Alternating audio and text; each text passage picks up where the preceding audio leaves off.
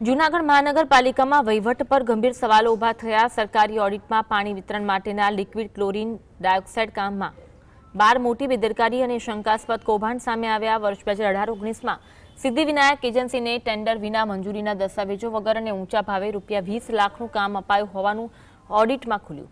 Stock કરાર મંજૂરી અને વપરાશની કોઈ નોંધ નથી। આ કારણે ₹26.77 લાખ વાંધા હેઠળ રાખવામાં આવ્યા હતા। વિપક્ષ જવાબદારોને બચાવવાનો આરોપ લગાવી તપાસની માંગ કરી છે।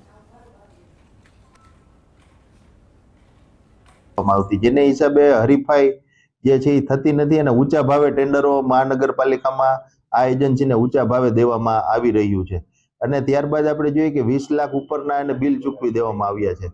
તે બિલ કયા આધારે ચૂકવવામાં, કેટલો જથ્થો મહાનગરપાલિકા ખાતે મૂકવામાં આવ્યો, મહાનગરપાલિકાએ તેને ક્યાં ક્યાં પોતાના જે સ્ત્રોત છે પાણીના એમાં ક્યાં ક્યાં નાખ્યો એ પણ કોઈ પણ માહિતી નથી।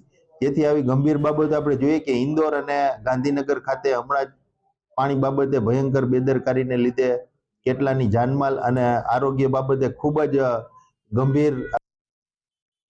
જાણો કે દરેક વસ્તુની અલગ અલગ ફાઇલો હોય છે, જેમ કે ટેન્ડરની ફાઇલ અલગ, બિલિંગ ફાઇલ અલગ હોય છે। તો આ ફાઇલ છે એ જે તે વખતે ઓડિટમાં બિલિંગ ફાઇલ ઉપરથી એમને પારા ઉપસ્થિત થયેલા હોય, જેના અમે રૂટીનમાં જવાબ પણ કરતા હોય છે।